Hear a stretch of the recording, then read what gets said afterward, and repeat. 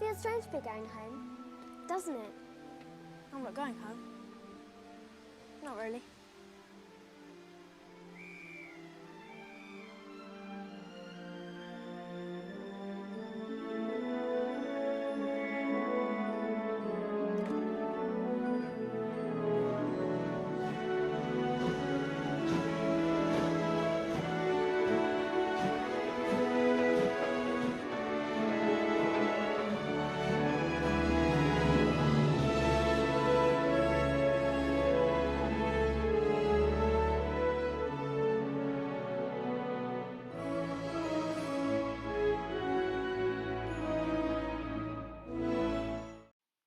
I just love that ending.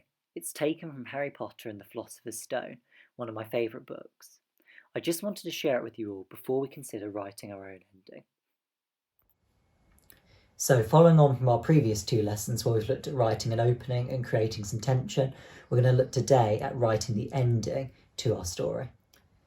Okay, so we're back with our new start of the countdown game. Remember, the blue boxes will fill with vowels and consonants, and then we're going to try and make the longest word we can.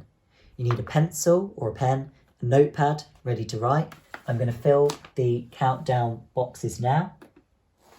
I'll have a go too. Off we go, 30 seconds.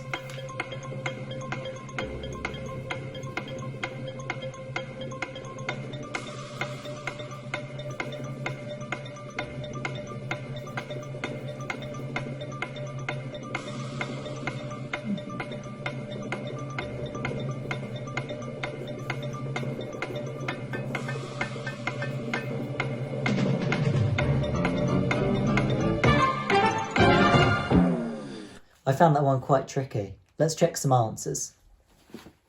Well, this shocked me too because I'd not heard of this word before, but firia. 1, 2, 3, 4, 5, 6, 7. 7-letter word. I got the word freer, which is just down there. 5-letter word. I wonder if you beat that. Let's have another go. Pencil, notepad ready?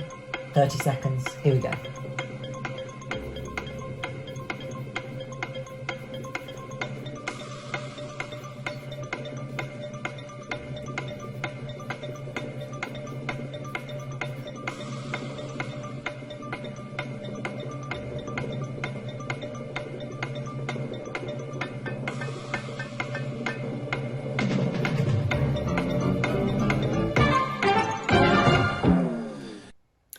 Okay, so let's check our answers. The longest word was rallies. 1, 2, 3, 4, 5, 6, 7. A 7-letter word again. I got laser, so 5 letters again. I haven't quite cracked these countdown conundrums yet. So this is going to be our final session on writing our story. In this session, we're going to consider what makes an effective ending. Endings are often seen as the hardest part of writing a story, so let's have a look at some examples together. So one of the most common questions when writing stories is, how do I end a story?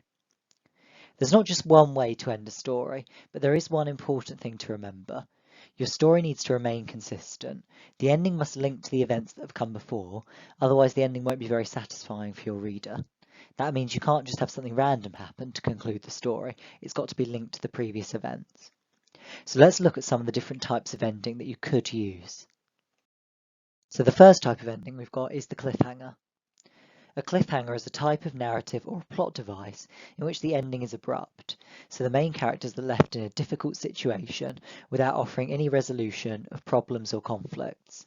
So a cliffhanger ending would end the story quite quickly and on a strange note perhaps, but you're leaving the main characters in a difficult situation. Your reader won't know what happens to them, they'll have to decide in their own heads. The next type of ending, and perhaps the most famous, is the twist. A plot twist is a literary technique that introduces a radical change in the direction or expected outcome of the plot in a work of fiction. For example, you might learn that the hero was actually the bad guy all along.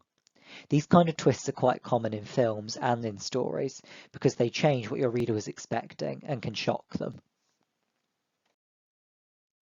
Another type of ending then is an unhappy or a sad ending.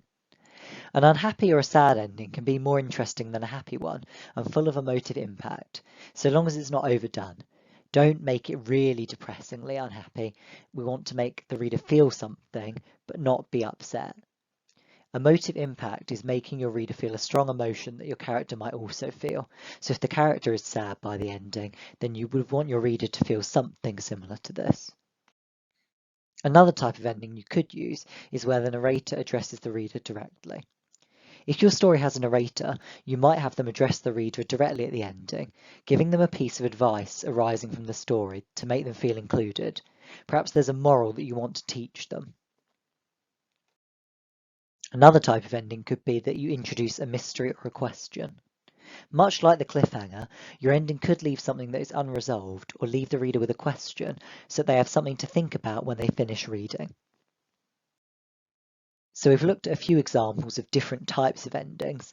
Now, if you remember all the way back to the story planning session, I wrote a short story about a group of pirates finding some treasure on an island. This is the ending that I wrote. See if you can tell me what type of ending it is. I'll read it to you. Sly Sam fell to his knees as he saw the Royal Fortune sailing off into the distance, leaving him stranded. He looked at the gold coins in his hands and the heavy gold bars in his pockets that had weighed him down. They might as well have been worthless now he was trapped on the lonely island. If only he hadn't been so selfish. What type of ending do you think this is? This is an ending which teaches a lesson. It's teaching you not to be greedy or selfish, because Sly Sam's been left trapped on the island because he tried to get more treasure than anybody else. I'm going to show you two more famous examples of endings. This is from Charlie and the Glass Elevator, a sequel to Charlie and the Chocolate Factory. What type of ending do you think this is? Well, Charlie, said Grandpa Joe, it's certainly been a busy day. It's not over yet, Charlie said, laughing. It hasn't even begun. This is an unresolved ending. It makes the reader think that there is more to come, that Charlie's going to go on more adventures with his grandpa. And this next ending is from the Chronicles of Narnia series by C.S. Lewis. If you ever have the luck to go to Narnia yourself, do not forget to have a look at those caves. What type of ending is this?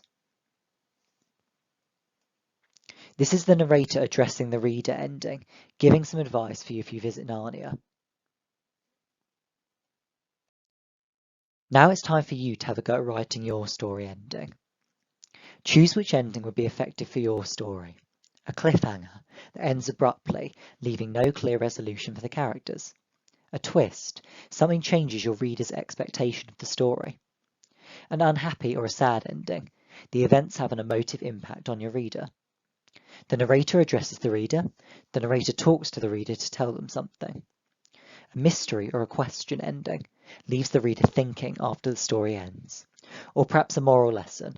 The reader's been taught a lesson through the events of the story. You need to choose which type of ending is most effective for your story and fits within the story that you've set up. There's no right or wrong to which choice of ending you choose to have. It's your choice for your story and what you think suits your characters best. Have a go at writing your story and then come back for a little bit of self-assessment. Now, you may have a complete story or just sections of it written out. The best thing to do is get someone to read it or read it through yourself. I find the best way to improve a story once it's written is by getting someone else to read it or you reading it to them. This way you can see the bits which they like best and improve the sections which they don't enjoy as much. You might also want to reread it yourself and check to see if you can add any more detail anywhere or check your spellings and your punctuation. I hope you've enjoyed this set of lessons on writing a story. I hope you've enjoyed these set of lessons and that they've helped you to write your own short story. In the next session, we're going to look at haiku poetry. A bit of a change, but it's a bit of a shorter form of poem, and it's a nice little break now that we've done some extended writing together. Join me next time and stay safe.